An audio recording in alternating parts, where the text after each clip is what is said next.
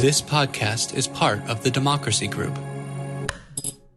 This is a conservative, and he's saying, which I think I've heard and I think is somewhat true. He's like, the left today, that if you don't agree with this or that, you're a racist, you're a Nazi, you're this, you're that, all these bad names, and they're trying, and then you know how they blanket conservatives all in these labels and so on, and they're the worst, and they're destroying our country, and they're anti-democratic, blah, blah. You've heard it all on the news, okay? And then he turned to, these people are destroying our country, and they're blah, blah, blah. And I'm thinking, you're doing the exact same thing that they're doing, right? That you're complaining about, that they blanket everybody under these baskets, these labels, and yet you're doing the same thing. And like, how can you be so blind? But everyone does it. Everyone does it. And I think we have to really check our own views on this, our perspectives on this. Is this us-them mentality? The Village Square, a nervy bunch of liberals and conservatives who believe that disagreement and dialogue make for a good conversation, a good country, and a good time. At the Village Square, we talk about politics, religion, and race. You know, the topics your mom taught you never to discuss in polite company. Listen, at the Village Square, we make pigs fly. Hey folks, welcome to Village Square Cast. This is Corey Nathan. So glad to be with you again. Thank you for joining us for Us versus Them, Good versus Evil, our latest edition of the God Squad. Village Squarecast is funded in part by Florida Humanities with support from Federation of State Humanities Councils and the Mellon Foundation.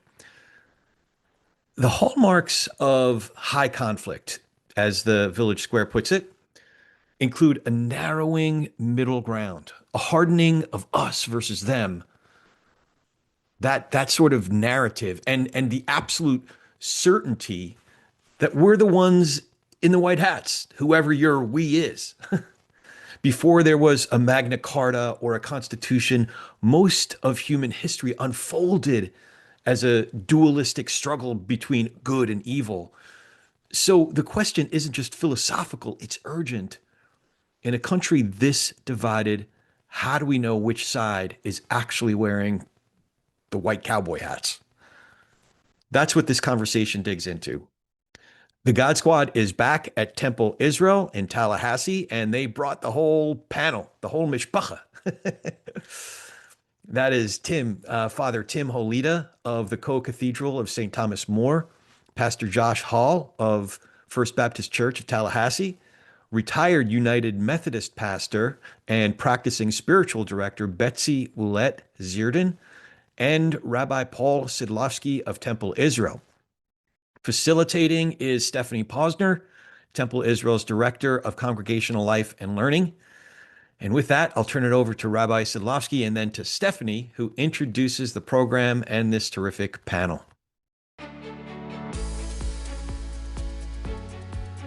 Welcome to God Squad.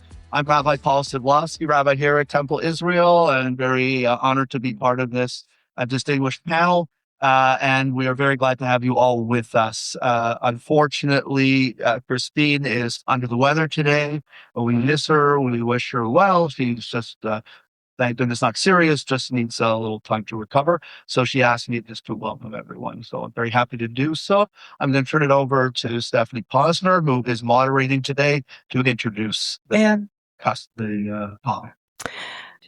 Shalom, shalom. Yeah. Also, Pastor Joe Davis is not here with us today because he also has this dreaded lurgy that seems to be going about town. So we wish him well. I'm Stephanie Posner. I'm the Director of Congregational Life and Learning here at Temple Israel. Can you all hear me okay? Awesome. Very funny. That rabbi's a jokester.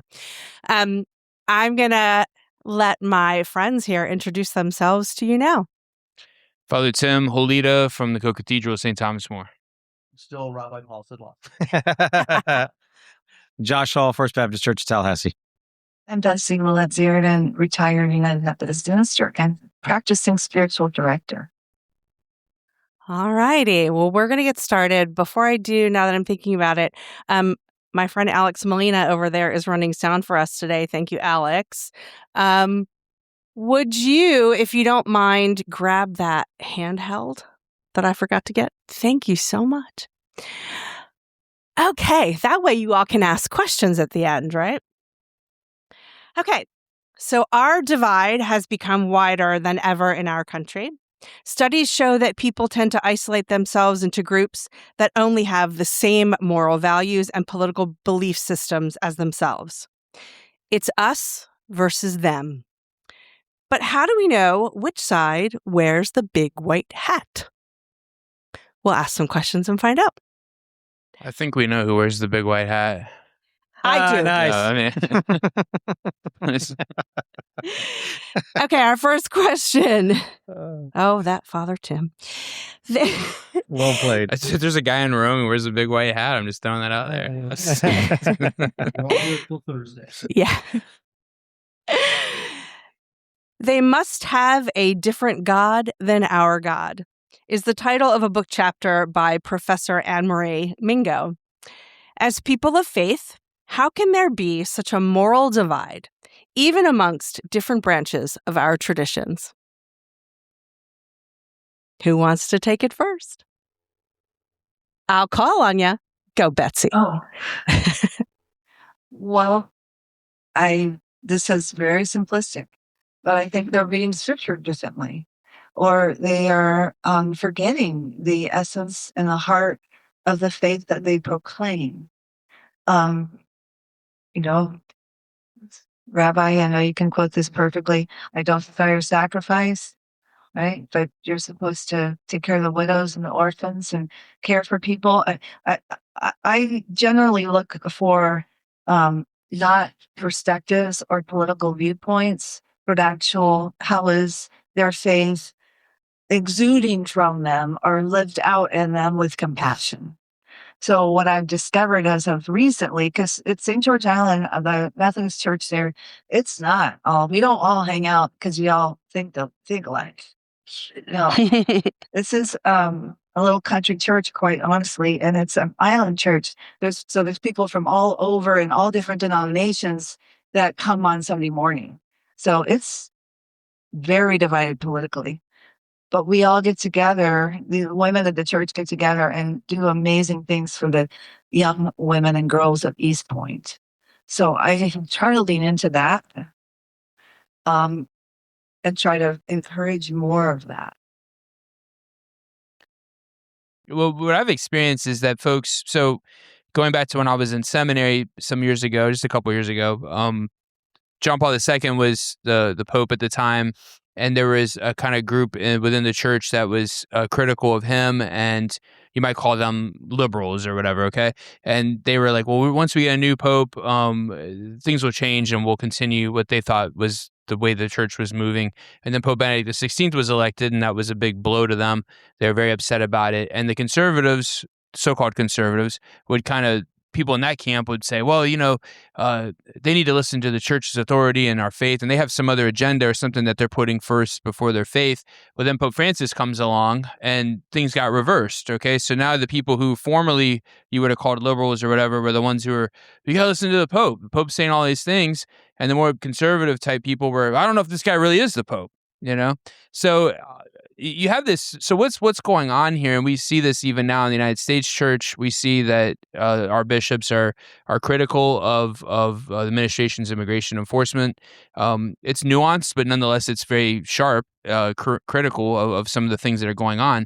And people, you see what's happening is instead of a kind of a unified response to this or approach to our bishops, who are, in our mind, our shepherds and our pastors, listening to them and allowing ourselves to be challenged, we're approaching their teaching with an already predetermined set of beliefs. And we're judging what they're saying according to my beliefs. And in that case, then they are not your pastors, right? You are the pastor. And if all we do is when we come to Mass, in my case, if we come just to be affirmed already in what I already believe, then that's not what this is, right? We are to be challenging. We are to try to grow. And if we have something that's difficult to accept, then we need to wrestle with that rather than just outright reject it. And that, I think, comes from and springs from this sort of already ideology or predetermined belief system that's there, that's sort of invincible in the face of anything else. So I think that's the problem. What are our priorities, and what is ultimately the core beliefs? If I'm a Christian, if I'm a Catholic Christian, then I have to, that needs to come, that's the priority for me. Unfortunately, a lot of Catholics don't see that, or they don't see their own blindness to that. They see their republicanism, or they're being a Democrat, conservative, progressive, whatever you want to identify it, as being really the priority. And the faith then becomes convenient for them when it agrees with their political ideology, or it becomes a weapon. So if a politician doesn't do what they think they should do, then we should deny them communion or kick them out of the church. And it goes both ways. So I've heard it from when Biden was president, a lot of emails and criticism of him. And now we get a lot of emails and criticism of Governor DeSantis and the Attorney General and so on. So we have to, I think that's really, to me, like identifying is this sort of adherence or politics and political ideology has become religion or has taken the place of religion. And so I would say, to put a, positive spin on it, I think that we all have different means to hopefully the same end. I think if you ask most people, whatever side they are on, they want the same thing. They want things to be good. They want things to be the way they would like to see them. The problem is we all have different interpretations of what that means. And is this clear? Mm-hmm. Close enough? Okay. The other thing, payback. The other thing is that I think that people, two things. One is, and this was touched on, people are cherry picking. I call it cherry picking from the Bible. You find the passage that suits your agenda, and you can find it in the Bible, I assure you. You can find in that very same Bible the opposite, and someone else can find a passage. So you can find God is a man of war, and you can find God is, someone who's, wants peace and justice and love and mercy. And it's not Old Testament versus New Testament. It is the whole, everything right through.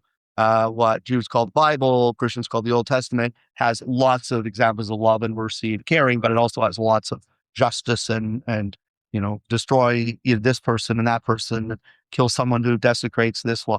So people can find their strict interpretation and say, this is what God says, and so we're right. And you have to argue with someone like that, because if God says it, who are we to say no? But other people say, no, that's not the God I believe in. I believe in the God that's also described in the Bible of justice, but also balances justice with mercy. The other issue, I think, is that people tend to look very literally at passages in Scripture. And I have always tried to teach about that. People either see things like the extreme of it has to be literally true, or if it's not literally true, and I can prove to you that it's not literally true, then it's the other end of the spectrum. It's nonsense. We have to throw it out. And it doesn't matter. I like to believe that it's somewhere in the middle. It doesn't have to be literally true. It doesn't have to historically have happened the way it says. It ain't necessarily so, as the song goes, but it can still be very meaningful. So I talk about truth with a capital T, meaning literal, versus truth with a small t, meaning not literal, but meaningful. It's true because it's meaningful. It has something of truth to teach us, even if it wasn't literally that case. So what lessons can we gain from it? It's metaphorical often, it's symbolic, but people take it literally and therefore aren't able to budge from their particular view and think that if you don't agree with my view, you are completely wrong. And there's no opportunity for dialogue and compromise and listening to one another. Thank you. If Josh? Stephanie, if you're asking about how, like, within the same, a holy book, you see so many diverse denominations or disagreements. Yeah. I think it all comes down to we just have different convictions. Like, even I'm going to assume goodwill. Like, I know people can be motivated to try to have some other agenda, and that's why they come to a text a particular way, and that's fair enough. But, by and large, you can't choose what you believe to be true. Like, that sounds nuts, but if I told you right now, I want you to believe that there's an invisible unicorn sitting in this room, raise your hand if you could choose to believe that. You couldn't. Now, you could act like you believe it. You could try to convince yourself of it, but out of nothing, you can't choose a belief. Now, your beliefs might be shaped by your experience, by have you looked into it? Have you found evidence that supports that belief? Have you looked at evidence that challenges that belief? What is that belief based on? Fair enough. But in terms of like what you actually believe, I don't know that you can just arbitrarily choose it. And so therefore, the reason that we have such diversity is because not only do we have convictions, but we have religious freedom. And convictions plus religious freedom leads to denominations. And I don't think that's necessarily a bad thing. I think that's where we find who can you agree with, who can we agree to disagree with, and go, okay, we can find common cause on certain issues. I mean, this panel right here, we're not going to be the same place on a Friday, Saturday, or a Sunday. We're going to be in different places, but here we are right now in the same place. But there are other things that maybe we can find common cause on, but other things we're going to have to agree to disagree. And I don't know that that's necessarily a bad thing, because that can, when done in a healthy way, reduces friction. Because guess what? Every Sunday, we don't have to have a food fight over whether we're going to baptize an infant. You know what I'm saying? Like, okay, you can do it your way on Sunday. We'll do it our way on Sunday. But maybe during the rest of the week, we can find areas of agreement or common cause. Next question. Some of the posts that we see online from both sides of the political coin use language and imagery that is hateful. And we do see some of this coming from people who identify as being religious. What are you telling your congregants about how to engage with people who think differently than them, even if those things are hateful? I have one line that I use all the time, and that is, no one has a monopoly on the truth. And that is to say that, as I was saying earlier, there is not one right answer. There is not only one way to do things. I'm not saying be wishy-washy and try to, not have conviction for who you are and what your religion teaches you. That's who you are and that's what you practice. But we can learn from each other. We can hear other truths. That's one of the reasons I love being on a panel like this and doing a lot of interfaith work, is that I learn from others. I feel stronger in my Jewish identity, I feel stronger as a person, I feel stronger as a rabbi when I interact with people of different Jewish views, but also different views of other religions. I hope this group will expand. We talked about it to include other religions other than Christian and Jewish. We learn from each other. We have many opportunities for learning, and we actually grow in our own faith when we hear from others what they say. We don't have to agree with them, as you said, but we can actually say, well, that's some perspective I hadn't considered, and it can actually supplement my perspective. I think Josh said something important where he assumes goodwill, and I think that's very important. Is that the people who disagree with me, or I have my own beliefs, obviously, and I think everyone for the most part is trying to do the best. I'd like to believe that. I think Anne Frank said something like that in her diary, which is a very memorable line, that at the end of the day, she thinks everyone's good, or something along. I'm paraphrasing, but it's a remarkable thing to say when you're in that situation. But I choose to believe that. I think for the most part, unless proven otherwise, and most people are trying to do good. Even when they do evil, often they're in an attempt to try to bring about a greater good. So I think starting with that assumption and giving people that charity of thought is a great place to begin. I went to an event a few weeks ago. I was invited to. It was put on by James Madison Institute, and all I saw on the flyer was Scott Jennings and bluegrass barbecue or something like that. And my friend said, do you want to go to this? I have an extra ticket. My husband's out of town. I said, yeah, I'll go. I literally thought I was going to like barbecue and bluegrass. So this is a conservative, and he's saying, which I think I've heard and I think is somewhat true. He's like, the left today, that if you don't agree with this or that, you're a racist, you're a Nazi, you're this, you're that, all these bad names, and they're trying, and then how they blanket conservatives all on these labels and so on, and they're the worst, and they're destroying our country, and they're anti-democratic, blah, blah. You've heard it all on the news, okay? And then he turned to, these people are destroying our country, and they're blah, blah, blah. And I'm thinking, you're doing the exact same thing that they're doing, right? That you're complaining about, that they blanket everybody under these baskets, these labels, and yet you're doing the same thing. And like, how can you be so blind? But everyone does it. Everyone does it. And I think we have to really check our own views on this, our perspectives on this. Is this us, them mentality, country, and they're anti-democratic, blah, blah. You've heard it all on the news, okay? And then he turned to, these people are destroying our country, and they're blah, blah, blah. And I'm thinking, you're doing the exact same thing that they're doing, right? That you're complaining about, that they blanket everybody under these baskets, these labels, and yet you're doing the same thing. And like, how can you be so blind? But everyone does it. Everyone does it. And I think we have to really check our own views on this, our perspectives on this.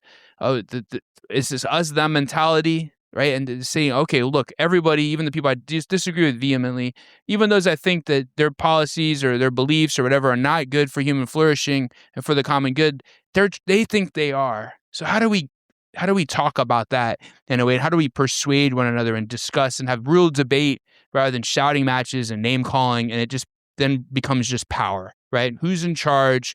Who can accomplish their goals through force or violence or trickery or whatever the case, or law, whatever the case is. We have to talk and we have to start understanding one another. All good stuff. Yeah. The end. All right, we'll Yeah. see you all next time. All right. That's I it, think- Josh. I mean, I do believe that people say things. It's just we've said this so many times, so I'm hesitating to say it again. But I do believe that people say things they would never say to my face or to your face if they can be shielded by Facebook or Instagram or whatever they're using. And I also see a lot of what Liz calls teaming. Mhm. Like they would never jump on that bandwagon if they hadn't seen these people that they know jump on that bandwagon. And then there's this sort of false impression. Like I think we're being manipulated. There's no doubt about it by the algorithms. So you fall into an algorithm basket. And then you begin to see only those sorts of things on your social media feeds. And then you'll start noticing that people think that. And you start going, well, what do I think? And, I can only speak for myself. I have a middle school girl that still lives inside me that wants to belong.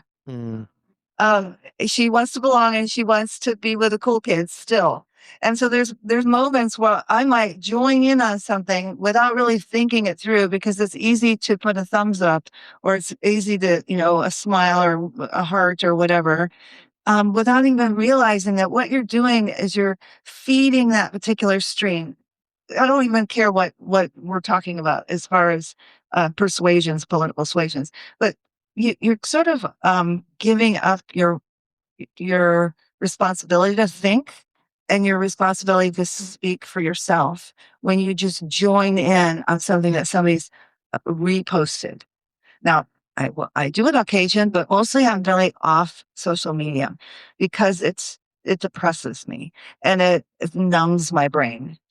Instead, I numb my brain with 3 or 4 different news sources. Because again, I'm still trying to be balanced. So I read the Wall Street Journal and I read the New York Times and I read BBC and, so I'm trying to get some balance in my life.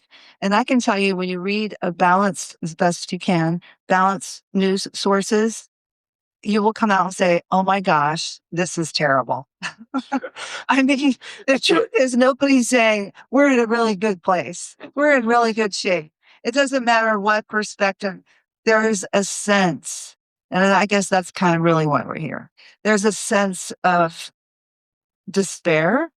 And as people of faith, and as leaders in spiritual community, it is our job to help discern how we can pull together with hope and not give up. So I hope if you've heard nothing else that from me today, that you'll hear keep the faith. Keep the faith, keep hope alive. They're in my bumper sticker. Love that. Josh? I'd say the probably most steady refrain is just seeing the image of God in others. That if we recognize that we're all equally created in God's image, and it's not a particular feature we have, but by the fact that we are humans, we are all equally created in God's image, and therefore, for me to, have such vitriol or hate towards someone, I'm doing that towards an image bearer of God. And so I just don't know how you can hold that conviction and still treat someone with such spite or contempt. Now, we can still disagree about ideas and we can still do so with fervor and conviction, but it's different when you cross the line into where now not only am I opposing that idea, I'm now hating that person. I just don't know how you can justify that. From any of the traditions we have up here, I don't know how you can justify that. Thank you. I was thinking about that before we got here, and that every major faith has this concept of being made in the image of God. So in the Hebrew and the Jewish, it's the spark of the divine. Yeah. Right. And in Hinduism, it's the Atman. I mean, we all have this spiritual center that combines us and helps us be better humans. So leaning into that, and even perhaps it might be helpful to study, do some interfaith dialogue like this, but offline amongst friends. That might be a place to start instead of starting from a political perspective. Start from a spiritual component. Anyway, just some practical thoughts. Thank you. I just want to remind you at God Squad, as much as you would like to clap, it's not a performance. So we do not clap. Hold it in, friends, and share with people at the end. No, ma'am, we don't clap here. Okay, so our next question.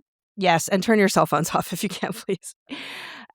So there are a lot of protests all over the country, all over the world.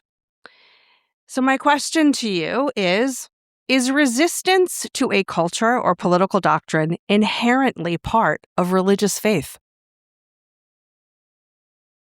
Well, I'll switch up the order here real quick, and I'll go first, and then I can wait Great. longer. In thinking about that question, I don't know that resistance is, but I think it's easier to say that affirmation of some truth is inherent to any faith. And therefore, when that affirmation, that conviction comes into conflict with culture, then you're going to have resistance. So it's one thing to say that some religion has, collective operational defiant disorder, and they're just out to oppose wherever culture is. That's a different thing, because there's different times in history that you can find certain religions that are, lined up with the mainstream of the culture. And that's not just an American phenomenon, that's across the globe. But it's more than anything, I think that religions are going to affirm certain things as true. And when the culture drifts from that, or when the culture opposes that, or when the culture seeks to persecute that, well, then now any religion that's held with conviction, resistance is going to follow.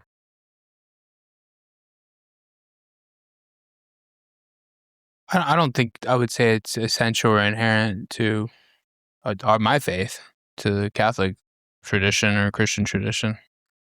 Can you speak up just a little bit? I don't think it's essential to the Christian faith or to the Catholic tradition. I think the reality is that when the Christian church started, it was in an environment of hostility, and so there was some resistance. But really, the resistance took the form more of being martyred, being killed, and so on, rather than like a violent protest or resistance. It was more in the spirit of, I think, what Dr. Martin Luther King was inspired by and what he did. That sort of, I'm trying to remember the name for it, but you know what I mean, right? Let me just clarify. Right. I didn't specify violent, though. Okay. Yeah. So just resistance in general against a culture. Well, I think if the culture doesn't align with your views, then there's going to be some friction there, right? That's going to happen, right? I absolutely believe that it's inherent to our spiritual lives to resist certain things, perspectives, habits, patterns, perhaps. And I remember around 2016, I was preaching a sermon about the midwives, how they resisted the commandment of Pharaoh, and they were birthing babies against the administration at the time. And I said resist 2 or 3 times in my sermon, honestly, naively. And on the way out, someone stopped me and says, I can't believe that you're correlating the president at the time with Pharaoh. And I said, was I? Well, you said resist. You said resist. And I'm like, I did, didn't I? But I was talking about these people that had little power, had no political power whatsoever, and they stood up against power in order to give life. So I think that there are opportunities like that for us as people of faith that we often prefer not to take, or maybe we don't. We need a colleague. Would I hide a vulnerable child if I felt that they were going to be threatened or stolen or kidnapped? I'm asking myself that. I hope it doesn't come to that. Yeah. Amen. As often is the case, I guess, in different religions, certainly in Judaism, there's this point and there's also this point. So on one hand, one of the teachings in Jewish tradition says, Dina de Malchuta Dina, which means the law of the land is the law. So there is this principle in Jewish tradition that as Jews who have been either by choice or sometimes by force, put as, living in certain areas and subject to the rules, you have to be respectful of that. So that's one part. On the other hand, we're taught as Jews that our role is, I don't like focusing on the idea of a chosen people and all the resentment that may cause, but to be a light to the nations, to be an example, not better than others, but to be an example of moral behavior, ethical behavior. So the question is having respect for authority, but also understanding that just because they're in charge doesn't mean that they're right. And speaking truth to power is a very important thing. Again, not violently, but being able to speak up and say, look, we don't agree with this, and we have a right to protest, we have a right to speak up. And so I think it's important to balance both. I think that what I try to do, and we all should try to do, is not point fingers and name names and blame the governor or the president or this or that only, because it's not one person doing this, it's a whole societal issue. And I'm talking about whatever government is in, power at the time, whatever political side you're on. But to always, as religious leaders, talk about values, talk about not politics, not about this party is bad, this party is good, if only this one was doing their way. It's their values that we stand up for, and those should supersede politics. Unfortunately, it doesn't so much anymore. It's such a gray area and such a intertwining of them. Do people let their religion determine their politics? Do they let their politics determine their religion? Both are problematic. But your values should go hand in hand, and you should vote for those, but not automatically have knee-jerk reactions to a particular politician. Some do very good things in some areas and things you won't agree with in other areas, and vice versa. So we need to separate that and really focus on our values, our ethics, what we stand for, and yes, we want to vote. We should vote for who we see that in, who reflects those values, not based on party specifically, but based on character, who they are. But also, if it's lacking in any of the candidates or in the current government, yes, we should continue to speak up and talk about those values and try and show it. I don't believe personally we can change, the state of Florida or change the country or change the world on in and of ourselves. That doesn't mean we give up. But what we can do is we can affect our own corner of the city and state and country and world. And we can act according to those ethics and those principles that we have, and try and lead by example by doing that, encourage others to do that. And that includes what I said before, going back to listening to others, listening to other views, and trying to reach compromises, not give up your principles, but to understand that there are different approaches that may work. So if we all practice that, I think ultimately that would be reflected in our churches, our mosques, our synagogues, and in our politics as well. If enough people wanted to make that a basic standard of how we operate with each other and make decisions. And again, we've lost the art of compromise that to me was always important in politics and in religion, to be able to hear different views. Jewish tradition is based on discussion and debate and even argument. And you make decisions, but you always remember the other opinion because something can be learned from it. Just like in the Supreme Court, they'll make a decision, but they'll have a dissent, and that's spoken and written, and it's there for the record to hear, because the one view won out, but it doesn't mean that there's nothing else to learn. So we have to be more open to that, and then we might avoid some of these issues. Okay. Josh? All right, I went first that Oh, time. you did. Yes. Sorry for throwing you off. You threw me with that. I'll get back in line next time. Any other comments on that? No? Okay. I am surprised nobody mentioned Jesus. I just gotta say, I'm did you mention Jesus?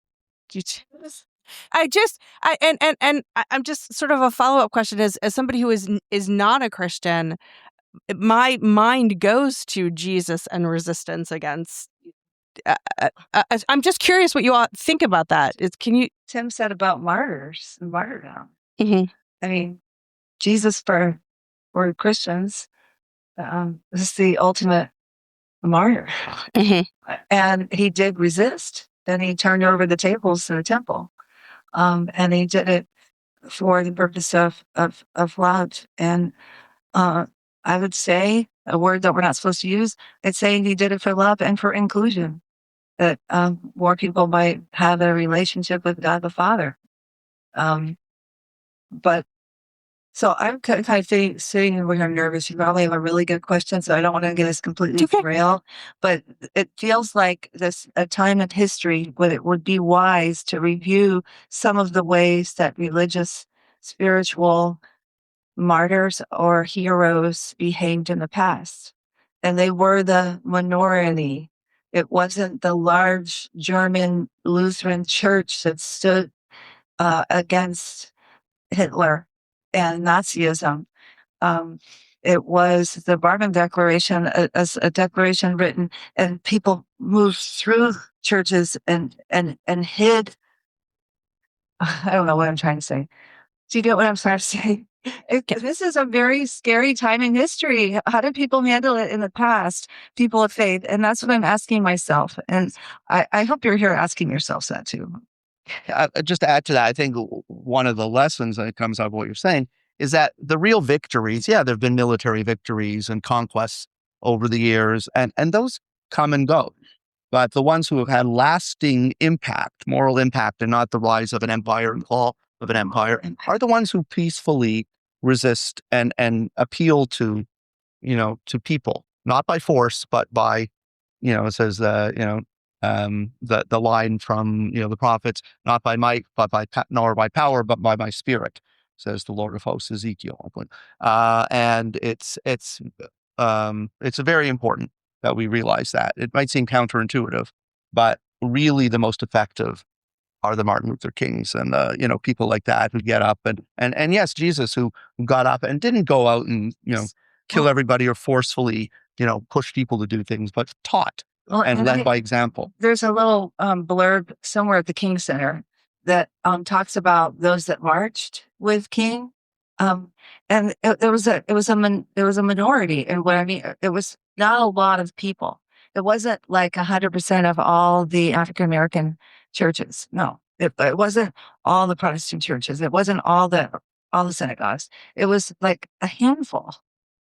And so I naively growing up, before that actually happened, but I was a child then, believe it or not. I just thought, oh yeah, all the African American people get banded together and walked with King. No.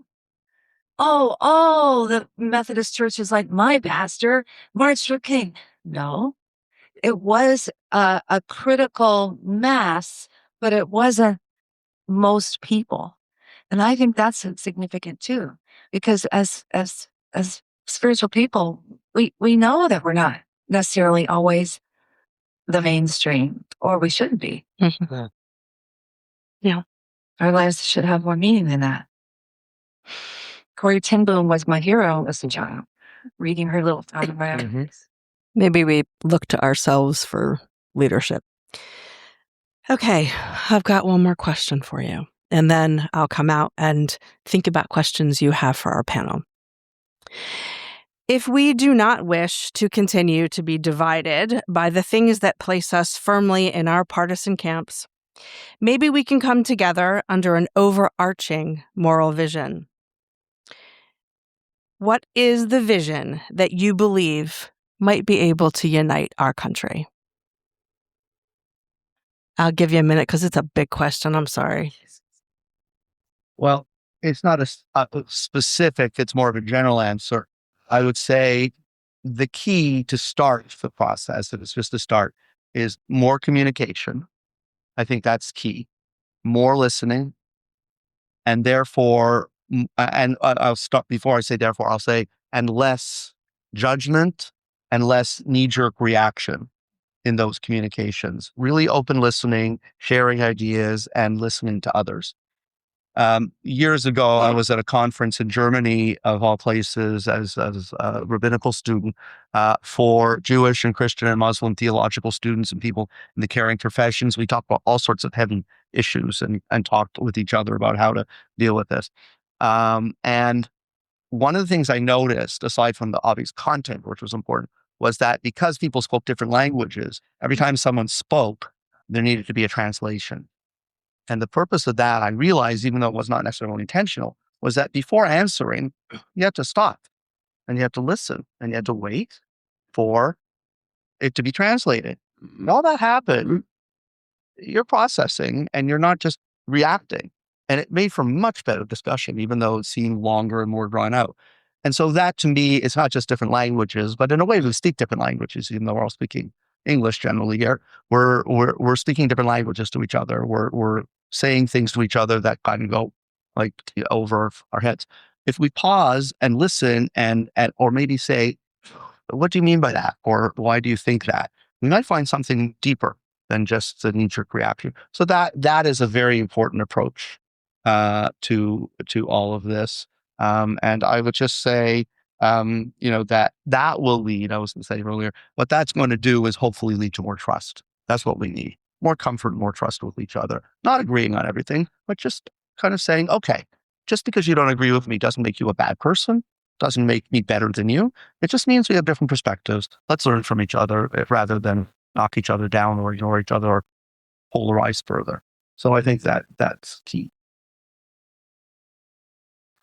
I think the idea that we would have overcome this is probably not realistic. I think that at least even in our Catholic perspective, if you read the New Testament, you're going to see disagreements in the early church's letters, St. Paul's letters and Acts and so on. So this is something that we had ecumenical councils in the first 10 centuries or so of the church, people disagreeing over who Jesus is and what his nature is and so on and so forth in the Trinity. And this continues even to today. So on the one hand, I'm not alarmed by the fact there's dissension and disagreement. I'm more concerned with what, again, is replacing what's primary in people's minds at this point and what are their values, especially at least the people that I'm responsible for as a pastor.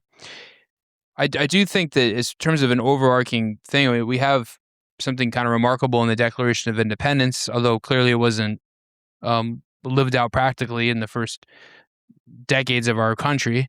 But the idea that we are all, created equal, that we are endowed with our Creator with certain rights, that those are not to be touched by the government, that they need. I think we could all get on the same page with that. And even if you're not a believer in God, I think most people I know that don't believe in God at least recognize that human beings have value. I think that would be primary is beginning with an ethic of life. Now I know that might cause some controversy with some, but my perspective is that life is sacred. It's unique. Every human life is worth more than the entire universe. And when we have that view and we have this sort of awe and respect for life and its dignity and its sacredness, and every human being as a Christian represents the face of Christ. And that's the anthropology that we believe that law should be centered on. And when that's enacted in law, what that looks like, it's going to affect how we treat the unborn. It's going to impact how we treat immigrants. It's going to impact how we treat the incarcerated, the poor, and so on. And I think if we start with that belief, at least, that can be a real common uniter, right? That every human being, just that statement, is worth more than the entire universe, right? Because Saturn and Jupiter, and assuming there's no extraterrestrial life, which I'm kind of skeptical. I'm starting to think differently on, by the way. All this stuff's going on. I don't know what's going on here. We're not going to get into that. It's interesting. Assuming there's no other conscious life out there, there's nothing greater than the human being. It's amazing, right? But there's something extremely valuable. Saturn doesn't think. It doesn't make choices, doesn't know what's going on. No matter how beautiful the galaxies are, they don't know what's going on. They don't know they exist. And we do, and every human being does. And I think having that kind of consistent ethic can guide us. That's something I think most people could get on board with, is at least that, right? The value of the human, and then we have to debate over what's the good, right? And that's something totally different. I could just add, not to open a can of worms, but just to agree with a lot of what you're saying. But one thing you touched upon, the value of life, and sure, that's certainly a Jewish teaching. Yeah, to save one life is like saving the entire world. Or taking one life is killing the entire world. But there are differences among us. And I'm not trying to start a whole discussion on this, but I'm just saying in terms of listening to each other and agreeing, there are differences among us about what constitutes life and when life begins, for example. That causes a lot of major controversy. My point here is not to debate abortion or anything like that, but to say there are valuable views on both sides. And I would say the designations of pro-life and pro-choice are pro-choice. I like pro-life. I don't like the name because it implies that if you are pro-choice, you are anti-life. And that's wrong. What I'm here to say is we have different views. And I think if we stopped and asked questions, we would say, you know what? We all value life.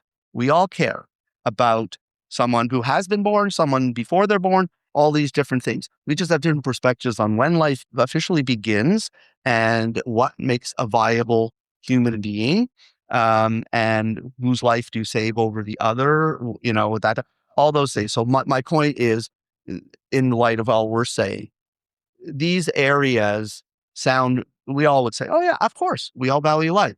But then when we talk about specifics, we really, get like this. We have to stop and listen and say, someone's not a monster because they are pro-choice. Someone's not a monster because they are pro-life. They have different perspectives and value more or less the same thing. But we get all, hot under the collar about it, and lives have been lost literally because of it. I just want to interject, if I might, and say that I'm not offended. I'm saddened by the refrain that we all value life, because I have watched on the television along with you how life has been disregarded, legally disregarded in a sense. So I'd like to return back to what Tim said about our Constitution. I'm telling you, this is an amazing country that is doing this incredible experiment of bringing people from all different cultures and ethnicities and religions together to flourish. And it is our heart's desire for everyone to flourish. And we've experienced it at moments and in seasons. And I believe it's God-given. I mean, I'm a patriot as well. I cry. I was a Girl Scout. I mean, I cry at the national anthem. I know how to fold a flag.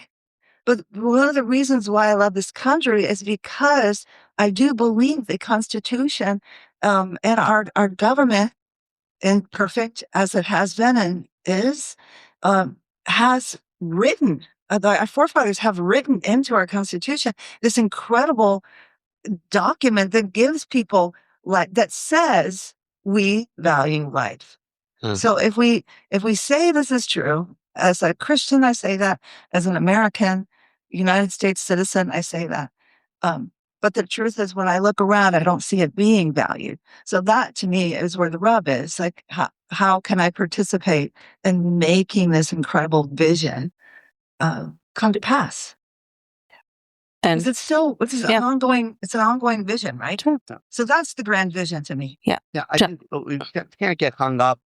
They're very important topics, but we shouldn't get hung up on a topic as determining who values life and who doesn't, is all I'm saying. Yes, there are plenty of people who don't value life, who treat pregnancy very casually and shouldn't, for example. There are people who are pro-life, but will go around thinking that they ignore mass shootings and things like that. So valuing life is bigger than this issue or that issue or this issue. It's really caring about human life. And that's why we might find more in common than we think, even though we're divided on a particular issue. That's what I'm saying.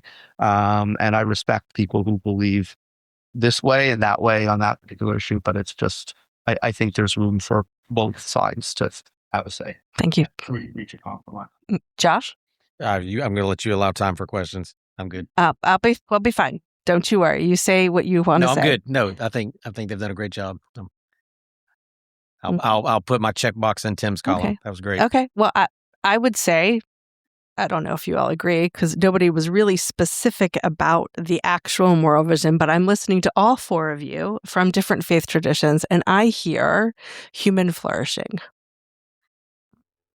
The common human good. flourishing. Yeah, the common good. Common Sure. good. Okay. Good. Okay. So I want you to think about some questions you'd like to ask our panel. And I want to remind you that it is Black History Month. And if you're looking for a new read as we celebrate, I wanted to share a book suggestion with you by Professor Anne Marie Mingo. And it's called Have You Got Good Religion? Black Women's Faith, Courage, and Moral Leadership in the Civil Rights Movement. I hope you enjoy it. Okay. Out I come. Raise your hand. Okay.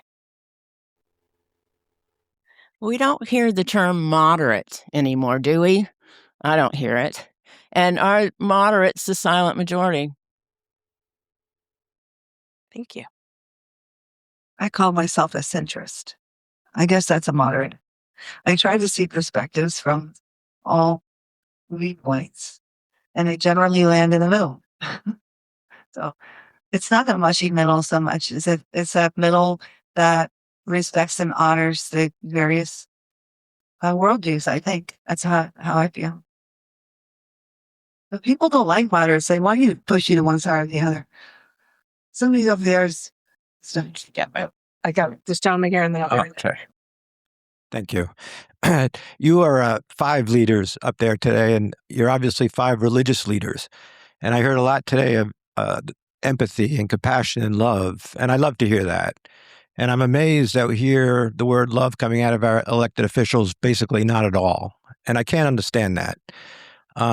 You did mention, one or two, you did mention about social media and how it's difficult to be on and it could be maddening.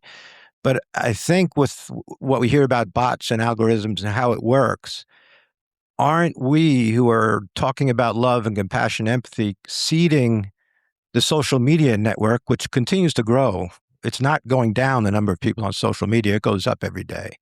Are we seeding, because of those algorithms, to the far left, to the far right, to the haters, by not being on social media ourselves? And I know it's difficult, but I don't know if all of you are on social media, but I think leaders, religious leaders, government leaders, leaders from schools. I mean, I think we need more leaders out there, because I think you will get followers and the algorithms might turn in our direction where love, compassion, and the center lies.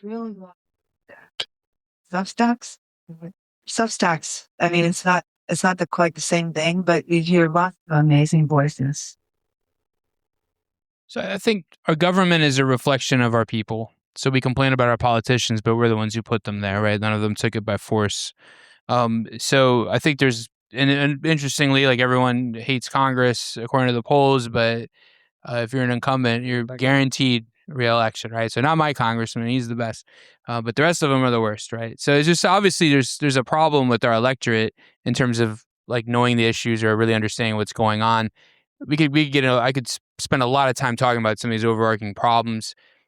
I don't have time for that. So I look at the boundaries that have been placed in my life. I am the rector of the Co-Cathedral.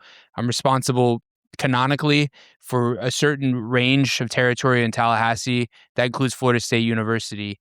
That's what I worry about. I can't worry about what's going on in these other places because I really can't. I mean, I can pray about it and read about it in the news and be interested and curious and whatever. But at the end of the day, like my job, my role is to serve these people that I'm responsible for. Okay. So we've seen in the Catholic Church recently, and I'm not bragging, it's just a fact, a tremendous increase in people coming, especially young people. And I see that as my role is to form those people. And so if I can spread this message, so to speak, or share the gospel and share these things, I feel like in a real way, I'm doing my part to better our country, our society, and so on. And that's all I can do. I just can't worry and be burdened all the time with this thing online, right? They said this, they said that, or one random TikTok person that would get viral. Like that's one person in our country. It's big. We have a big country. I'm worrying about the people I can directly affect. I tell my parishioners, stop worrying about all these big things. Worry about your families. Worry about your children. Worry about the people you live next door to. Like, let's focus on that, and that hopefully will have a effect that filters up. That's kind of how I see it. I just can't get too worked up and burdened with what's going on in Washington and all these things. reflect our culture in general, but I'm not the one. I don't have an impact that large on the culture, nor do I seek to at this time. So right now, I'm gonna just worry about what's in my backyard, if that makes sense. Mm-hmm. Thank you very much. Hi, my name is Daryl Parks. I'm a candidate for mayor of Tallahassee. I'm curious to know, kind of piggyback on your question, what do you think that we could do more here in our city to unite us from a church or religious standpoint? From a church leader standpoint, okay. I want to go first. Well, I think having opportunities for dialogue is key.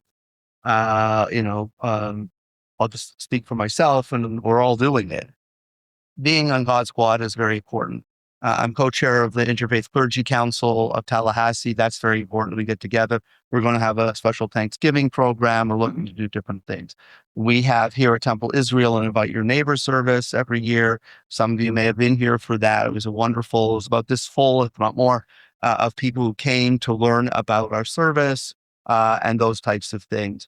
I am offered to do model Seder at St. John's Episcopal Church to teach those who want to learn about it. We work together with that congregation. We work with United Church and Reverend Kim Buchanan down the street, who was on this panel a few months ago. She was just awarded by Equality Florida, given an award for her in the LGBTQIA plus community. So all these things, I'm giving an invitation at the Senate, and different things like that. Trying to get the word out. Back to what Father Tim was saying, we can't change the world, but we can change our corner of it, and we can try to put ourselves out there and have people learn about us, learn about them, and have good relationships with people. And if that's the case, hopefully our corner of the world will be better off. There was a wonderful film. What was the name of the film? The Sacred Legacy, the one about the Jewish and Black community shared legacies that was just shown. The Holocaust Education Resource Council, Barbara is here, Barbara Goldstein, and very important film about relations that have really unfortunately become very divided between the Jewish and Black community. It used to be very close together at the time Martin Luther King, when common goals and causes caused people to march together. And that's an example of many of ways to take steps. As I say, it was actually Daniel Pearl's father, one who was killed in the border, Jewish reporter, who said, Judah Pearl, who said, it's only a drop, but we have to keep curving. So we in our own ways, we keep curving. One more question.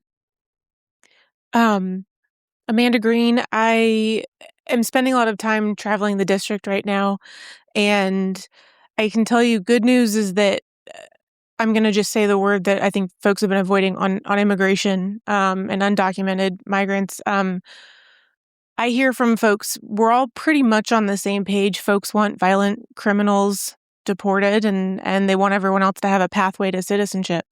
My question for y'all, though, is I occasionally do come across folks that, I'm running for Congress in your district. So that's why I'm traveling everywhere.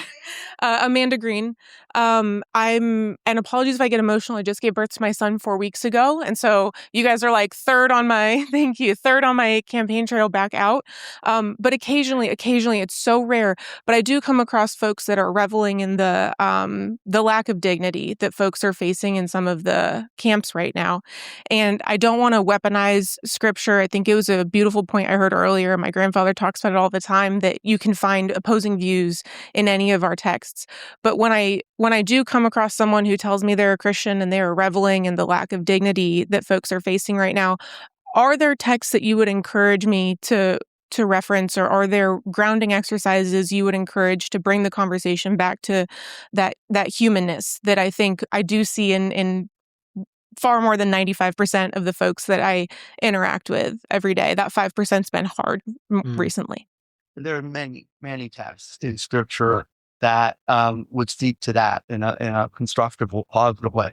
The one that springs to mind first and foremost is mentioned not once, but 36 times in the Torah and the first 5 books.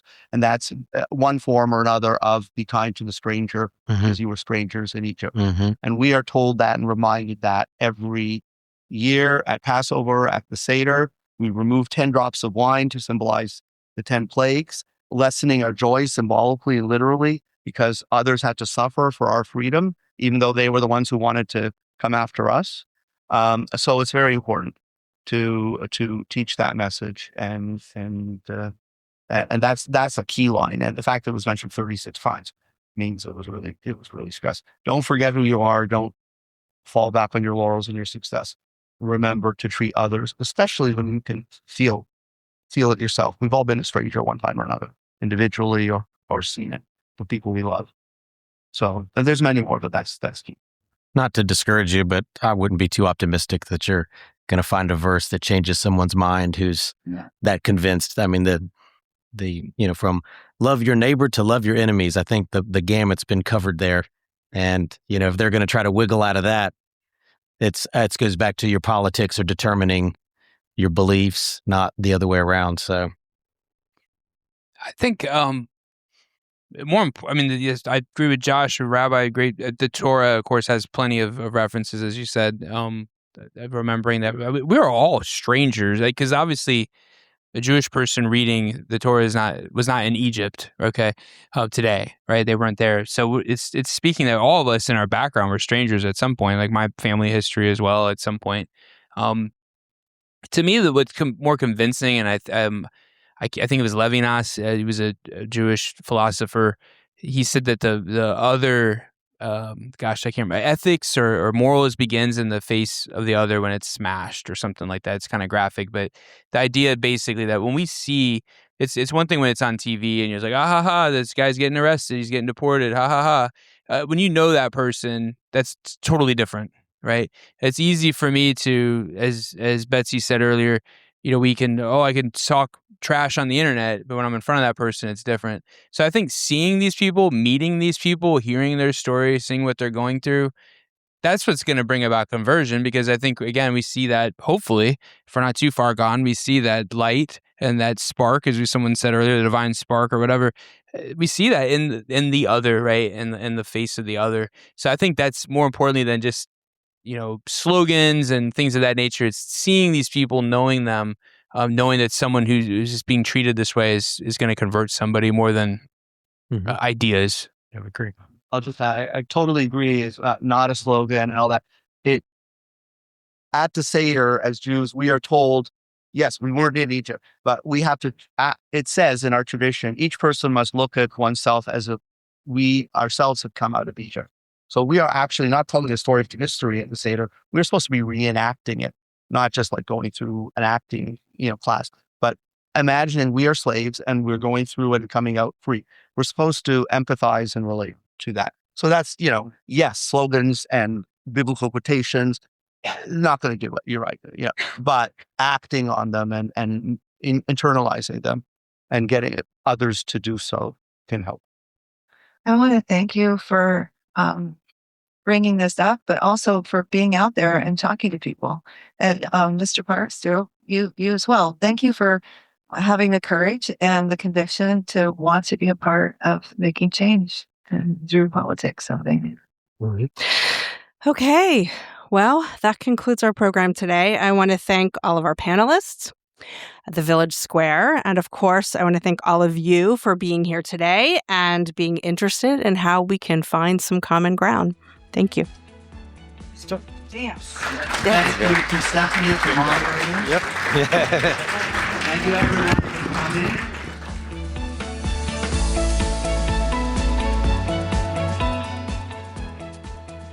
Corey Nathan back with you. What a conversation. A Catholic priest, a Baptist pastor, a Methodist spiritual director, and a rabbi walk into a bar. No, that's how a lot of jokes started where I grew up. But no, all these folks walk into a synagogue and somehow the discussion ends up being one of the most grounded, least contentious things you'll hear on the subject of moral division in America right now. Nobody threw punches. Nobody claimed the white hat without at least a little self-awareness.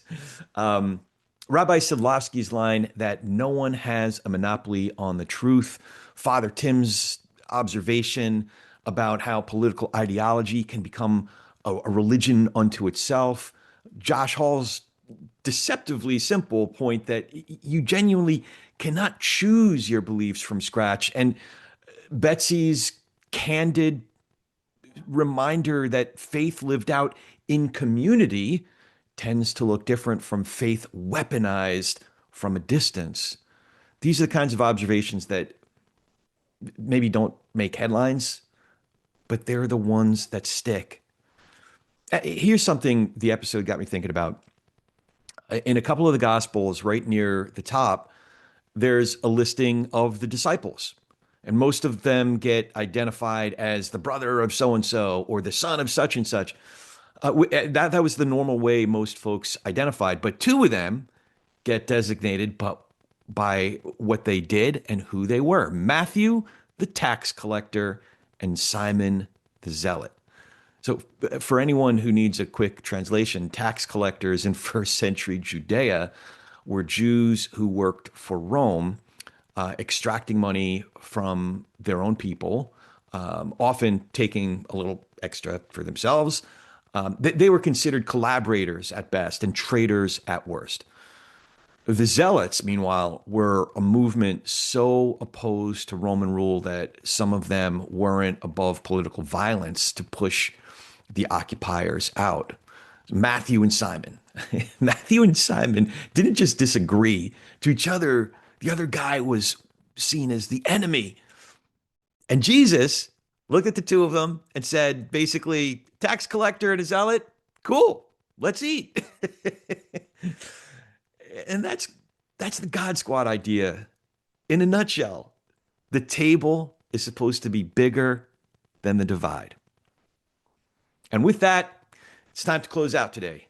Please consider joining our members and supporting this programming. You can become a member for just $7 a month or $76 a year, and your business can join for $250. Go to villagesquare.us/donate to join today. That's villagesquare.us/donate.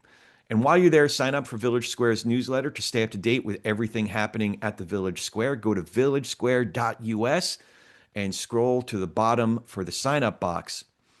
Village Square is funded in part by Florida Humanities with support from Federation of State Humanities Councils and the Mellon Foundation.